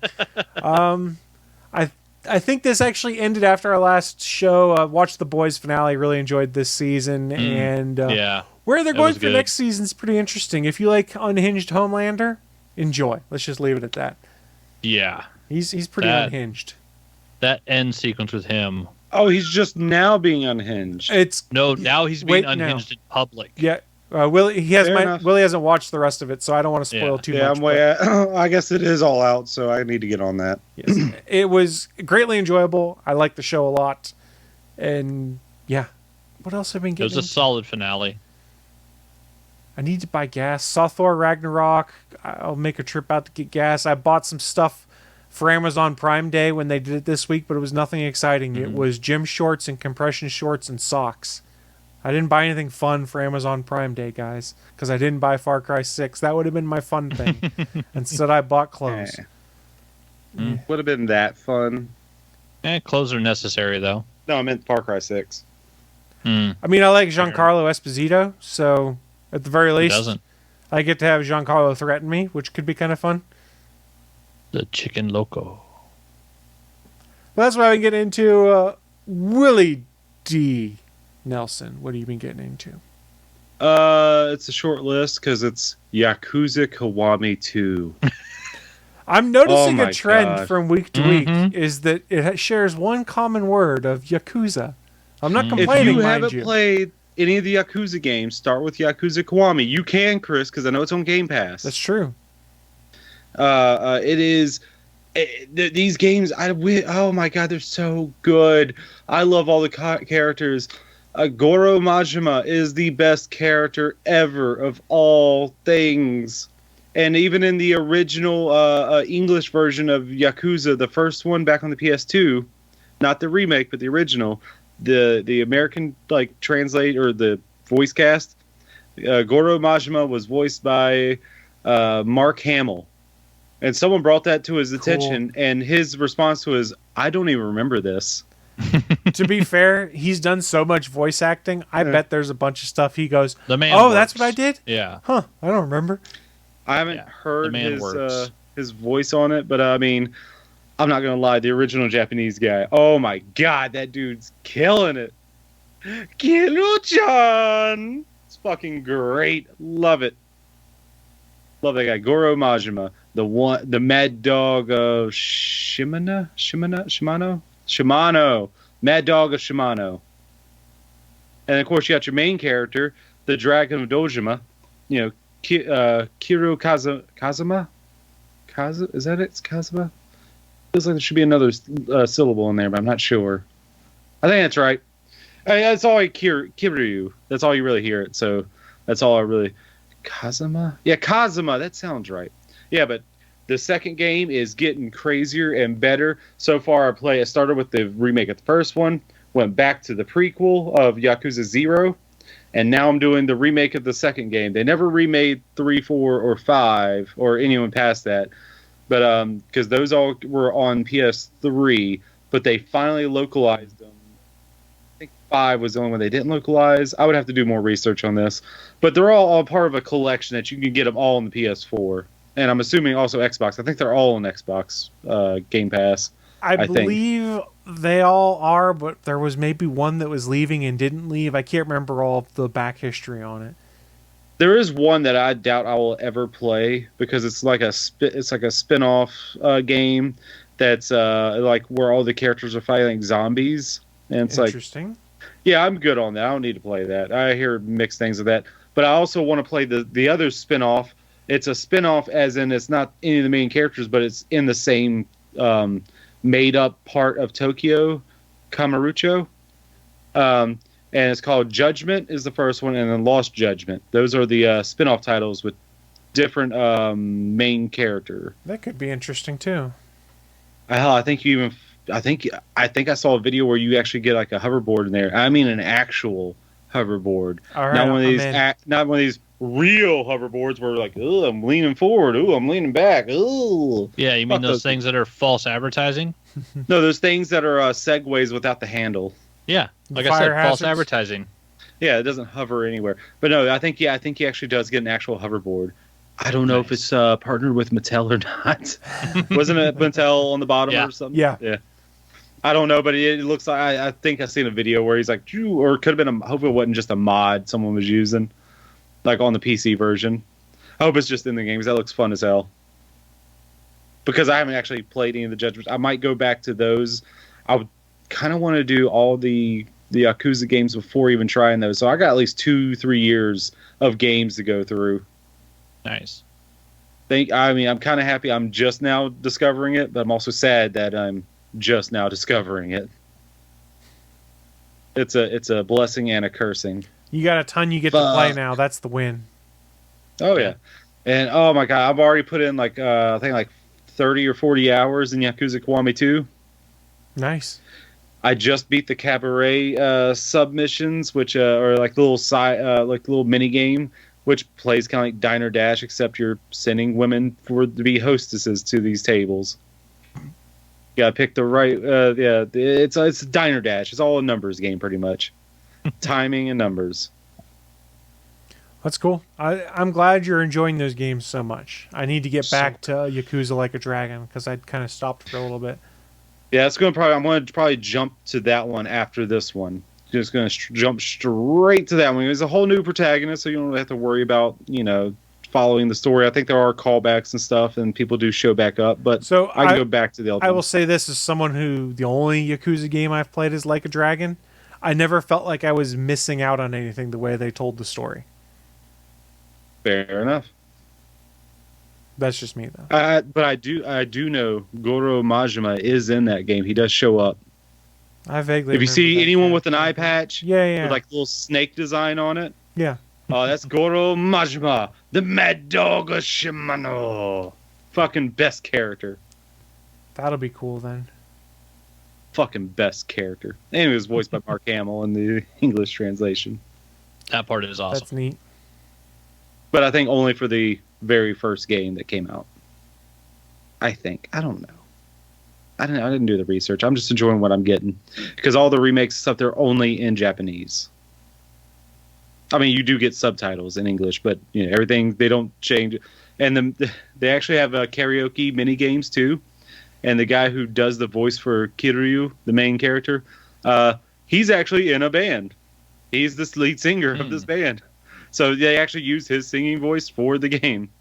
Nice. Breaking the law, breaking the world. Fuck, I put that song and one Goro Majima sings. That's on my main playlist because it's fucking great.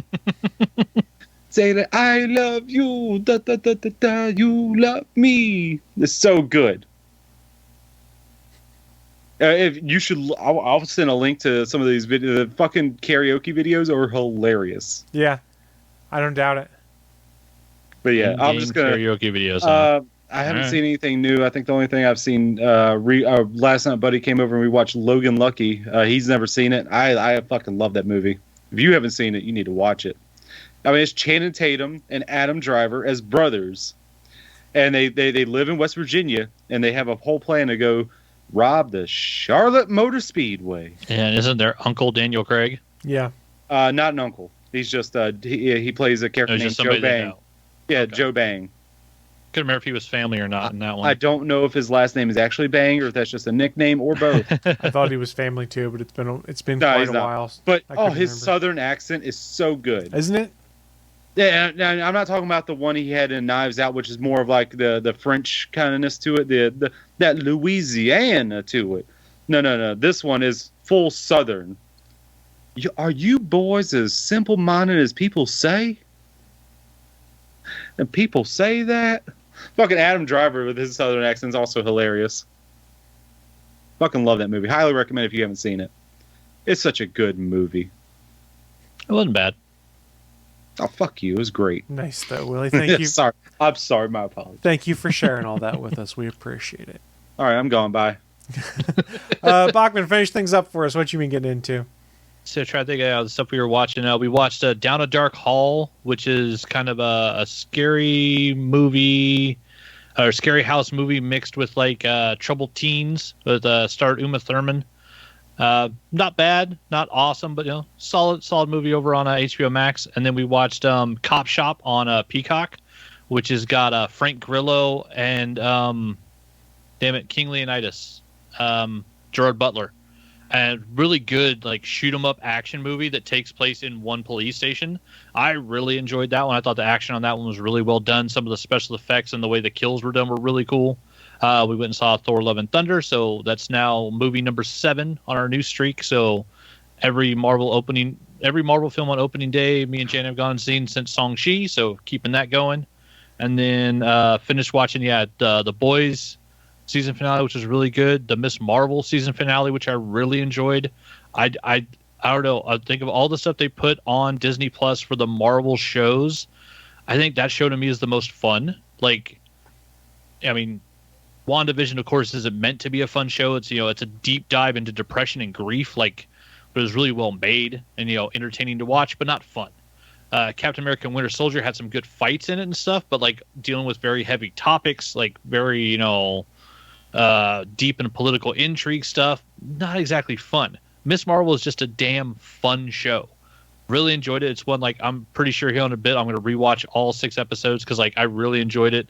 I love the way it left off. I love the world building they did for the MCU in it, and I wasn't sold on the whole like changing her stretching powers into basically hard light energy powers, but the way the showrunner did that and the way they made it work in the world makes sense. And so as they're, making slight changes to the comic book, it's one of those things where it's like, yeah, it's not 100% faithful to the comic, but they made a good show out of it and they made a great character with it. And so, yeah, the storytelling in Miss Marvel as a show is just fantastic. It's really worth it now, especially if you haven't seen it. You can sit down and watch the whole thing all the way through. I think it's probably my favorite Marvel thing that they put on Disney Plus.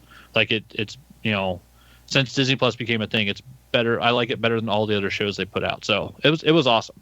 And then I got about a month behind on my reading. I'm maybe 20 pages away from finishing Mr. Mercedes, the Stephen King book that starts the trilogy with what's his name, Hodges in it, and Bill Hodges. And so I'm almost done with that. And that one is one where it took me a while because I don't know if I got it on sale or something. I got it for like $5 on Kindle. I've never been able to listen to audiobooks. And so audiobooks go in one ear, out the other, and it doesn't stick. I can't remember the story. And so I was never able to do that. And I had found that when I started trying to read a novel on the Kindle app and just looking at digital print, I was having the same problem. I started this book like 4 or 5 times. I'd read 50 pages of it, and then a day later, I wouldn't remember what I had read. And so I don't know why it was having like that same effect. But this, I guess, was the 6th or 7th time I tried to read this book, and this time like it stuck, and like I'm reading through it and I got 20 pages left. I'm almost done, and I'm really happy because I'm also way behind on my Goodreads reading for the year because 44 hours a week I'm just kind of getting sick of staring at screens, computers, and so I've just been ending work and like wanting to just go relax and watch TV and just be lazy and not have to focus on anything. So that's kind of like killing like my drive to want to read. But as I'm getting a little back into it and finish that book, I got my next book lined up, the next couple of books lined up to read, and then I got a bunch of comics to read too. I went and picked up my books at the store and realized I had more than a month's worth. So congratulations to our friend David Pepose. His book is awesome.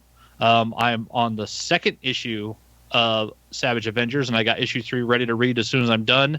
And as you can see from the cover, like he threw him up against Devil Dinosaur. You got Black Knight, Cloak, and the Electra Nachios version of Daredevil on the cover for 2. Cover for 3, you got Electra Nachios attacking a Deathlock. It's a beautiful book. The story's really cool. Conan and the Savage Avengers got tossed back into the Hyperion Age, back into Conan's times, and so they're dealing with stuff back there right now while being hunted by the Deathlocks. Really cool, crazy, just epic storytelling. And yeah, awesome, David. It's fantastic.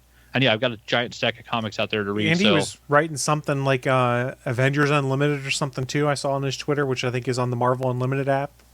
Yeah, and so yeah, that's a run. So he's all over.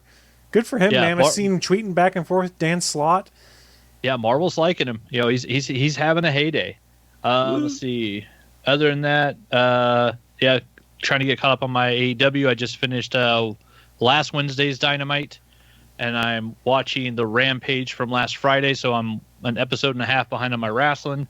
And then I did take a little time yesterday. I was watching, when I got home with my comics, I popped in the Misery Collector's Edition DVD, and I put that on with the Rob Reiner commentary, which I've never watched it with a commentary on before, and it's kind of cool, all the little things that he's talking about when they were making the film, like the fact that when you see the Paul Sheldon autograph picture that Annie Wilkes has in her house that says, best wishes, Paul Sheldon. Rob Reiner's like, yeah, I had to sign that because we just had to get it done that day, and so didn't want to hand it off to anybody else, so I just signed it myself. So he's like, if you ever get my autograph, you'll recognize it because you've seen it in this movie. So yeah, he's the actual signature of Paul Sheldon, the writer in the Misery movie. It's not James Caan's signature, which I thought was kind of funny, just the fact that Rob Reiner himself did it while he was directing the film. But yeah, the commentary on it's been really cool, and it's just awesome watching those two, James Caan and Kathy Bates just going toe-to-toe, where the majority of the storytelling is two people in a room, and it's a battle of wills. And Kathy Bates is insanely talented. It's so easy to see how she won the Oscar. It's a little sad Jimmy Caan didn't also win an Oscar. Like, the dude was trapped in a bed for a movie and, like, acted his ass off. Like, every role in that movie is fantastic. And then, yeah, all the little tidbits. Jimmy Caan. Yeah, all the little tidbits of information that Rob Reiner drops in the commentary are really cool. Talk about like a lot of the scenes where they're showing like a scene interspliced when the car wrecked and showing like, oh, we shot this part of it in exterior in the Tahoe Mountains in California with a snow cone machine like tossing shaved ice in the air. But then when you would turn back and see the other scene, that was on the lot in a room that was just whited out. And so you couldn't see anything as like he's getting drug out the car. And like having the director talking about how they intercut those to make it to where you can't tell is just, it's really cool when, you know, you listen to the director talking about like the movie magic way of actually getting certain things to work so that the audience doesn't know about it. But yeah, that was really interesting. I want to finish that because I haven't finished my rewatch of that. And then playing a bunch of DBD. I shared with Willie the other day, Rank Reset was yesterday. And for, I believe, the first time ever, I got to Red Rank 1 in DVD as a survivor and actually got my 1,000,000 blood points on the 13th when Rank Reset happened. And so, yeah, our matches last night were awful. Every killer we had was either like a 4-year-old that couldn't attack anybody, or it was a try-hard 40-year-old that wanted to murder and slug everybody and not have any fun. And just, yeah, the matches are ridiculous right now because after Rank Reset, everybody's in Ash 4. And you got to kind of build your way back up into, you know, playing with people that usually have a little bit more skill. And so, yeah, when everybody's at the bottom of the barrel and everybody's even, you have no idea what you're going in with your teammates. And so there's still a behind the scenes, what they call MMR. Allegedly. Oh, right. It's a thing. You want to say allegedly. No, it's a thing that exists that other games have. I'm saying allegedly because Behavior has so much broken code barbed wired and duct taped into their game that I'm not sure their actual MMR is even a system they have turned on. Like they may just matchmake. I'm giving them a break because they still put out new characters and abilities every 3 to 4 months. That's the problem. Instead of giving us 4 new killers this year and possibly 4 new survivors and 4 new maps, take one of those chapters, just one. Just take 1 3-month period and just fix the game. They don't put out new maps every time. I mean, they're doing something new 4 times this year on the roadmap for year 7. They have different people working on different parts of the game. They should have all of their programmers going in and just cleaning up code. They have 6 years worth of bad code, and if they cleaned it all, I think that game would run a lot smoother. That's all I'm saying. I mean, I did die. I was the only one dead to a face camping Bubba who I had chasing me for like 3 or 4 gens. No. Willie, you would have been impressed. Was it last night? I think it was last night. Jana was being chased by a Bubba. She looped him for 3 gens. We got 3 gens done while a Bubba was chasing her. Her looping's getting much better. And then she died on that hook. No, we did save her. We did get there and save her. Yeah, I mean, the best thing to do against a face camping Bubba is to just do gens and get out. Don't let him get out. Yeah. Yeah, we had a couple killers last night. Yeah, we were doing some annoying face camping, and yeah, it's just awful because it's like if everybody's not running borrowed time, which even then, like last night, I got tunneled off the hook with borrowed time and still went down because the killer would not leave me. Like it was insane. But it'll be interesting to see when the new system comes out. Excuse me. Supposedly, it's either this week or next week. We're supposed to get the new progressive upgrade, the changes to all the perks, like roughly 40 of them. The whole new UI system. It was on the PTB, and they've done the response to the feedback to it, so it could be as early as this Tuesday or next Tuesday. Okay, so there's not a set date. Okay, I thought there isn't a set date yet. Yeah, they haven't announced it yet, but yeah, it could be as early as this Tuesday because they say they're just at this point they're just saying it's coming. But we all know usually when it hits the PTB, it's the next week or the week following, and they have already announced changes that they made based on the feedback from the public test build. So with those changes already finished, like I'm hoping Tuesday we might see the new system. And after I got that 1,000,000 blood points, I put, I think about 400,000 of them into my clown, which now gives me 7 survivors that are prestige 3 with every perk and 4 killers that are prestige 3 with every perk, which according to the new update, the way they're going to count everybody's progress in the new system, all of those characters should be prestige level 9 in the new system, because now you can go from level 1 to level 100 on the prestige scale, and you get like a different little icon as you go up through the ranks. So yeah, all those characters that I now have prestige 3 with every perk should be level 9 in the new system when it comes out, and have I think it's a scratch mark background. They got rid of the yellow glowy one that everybody apparently hated on the PTB, where if you had a triple prestige character, it was supposed to be like sparkling lights over your character, and it just kind of looked like a mustard overlay, and it was just kind of fuzzy. And so everybody hated it. And upside, though, they had put in the ability to turn that overlay on or off, and that will be involved with the new background that you get that looks like it's motion scratch marks. So it basically looks like your character's running in the background behind in their profile, so the scratch marks are moving, but you can turn it off and on if you want to. But yeah, I'm very much looking forward to that, because a new system where we're not having to spend and also the new system where we supposedly having to spend less blood points to level stuff up, earning perks in a better, more cohesive way, to where when you prestige a character 3 times, every character you buy from that point forward will have those perks at level 3. That means, new characters on day 1, you could, be starting a brand new character and have them have 60 level 3 perks the moment you buy them. Like, that's kind of nice, to where you're not having to start them off, get to level 10 and try to do, just their adept and having no perks on that character other than the ones you got as you bought the 10 levels. And then to go along with that, they're adding the new blood cap of 2 million blood points. So they are now doubling the blood cap. I still think they should have added a 0. I think you should be able to add 10 million into your account, but at least 2 million is progress. Like, I have 2 million blood points right now. Yeah, so yours still isn't going to go up. Well, when rank reset happened, I was at 1 million, and then rank reset happened at the end of our match, and I was like, oh, I'm at 2 million now. Yeah. So you got 2 million sitting on there that you're just not going to spend. Well, see, I'll think about it. Well, the upside will be, like, if you keep that, when the new system comes out, you can spend those 2 million blood points on your Dwight, and you might be like prestige level, 12 by then. And you could actually level him up and keep leveling him up, and then have that number there that shows, hey, this is the one character I play. Because then it's going to be a question. If you get a character to level 100 on the prestige system now, that'll mean you went through 5,000 blood webs with that character. Because you got to get to level 50 and then prestige, and then do it again and again and again.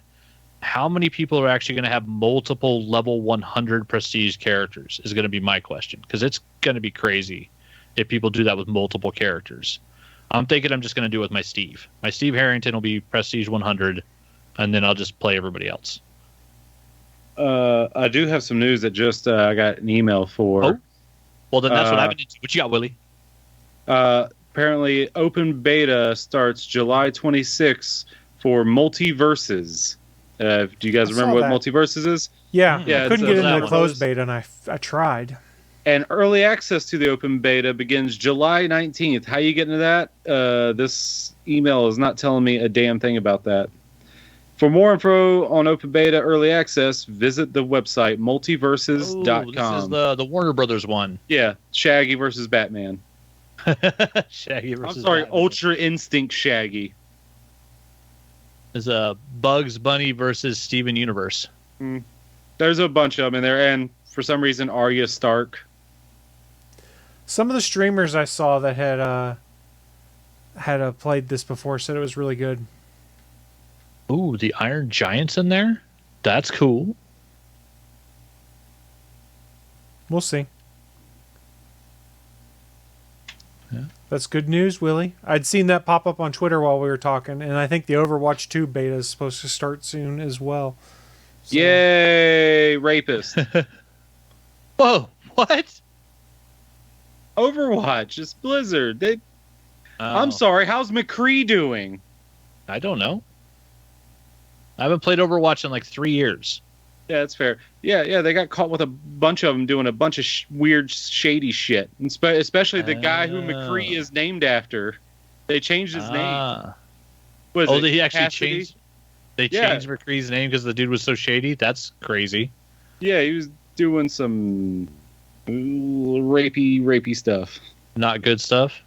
Yeah, Yikes. Feel free to blank out those words, Chris. I fully understand that. I didn't think of it till just now. You didn't say anything. I mean, it's what they did. Yeah, I mean, it's just what they did.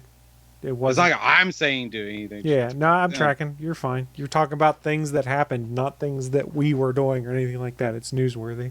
Well, the things were... No. We already finished what I'm into. So on that note, we are going to start shutting things down. Thank you, everyone who did join us live and those that join us later by watching on YouTube or downloading from ATGNpodcast.com. We do stream this show live every Thursday right now. We'll see how these things shift. And just pay attention to Twitter to figure out when we're doing it. We'll post the dates and times on there. I have a scheduled bid coming up.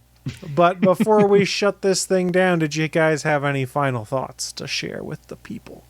Yes, the things that we will do, Chris, next time we ever do hang out in the same little location, I'm going to bring a specific kind of wax, and we're going to shine our heads, and we're going to rub each other. Okay, Bachman, any final thoughts for the people? I'm just going to pretend like Willie didn't say any of that. Y'all have fun with that, because I ain't doing it. I ain't doing it either. I mean, what? Well. What? I don't know what's going on. I'll force you. Hey. All right, Blizzard, settle down. Grab a shiny head. Bye, guys. We'll see you next week. Bye. Thanks for listening to this brand new episode of the All Things Good and Nerdy podcast. Don't forget, we'll be back next Sunday live at 11 a.m. Eastern, 10 a.m. Central over at live.atgnpodcast.com, channel 3 of the Alpha Geek Radio app, and over at our network home at gonnageek.com/live. If you have any feedback for the show, please contact us atgnpodcast@gonnageek.com, on our hotline number at 304-806-ATGN, or even better, go to Twitter and send us a message at ATGN Podcast. The music you've heard in this show is produced by Kevin MacLeod and can be found at incompetech.com.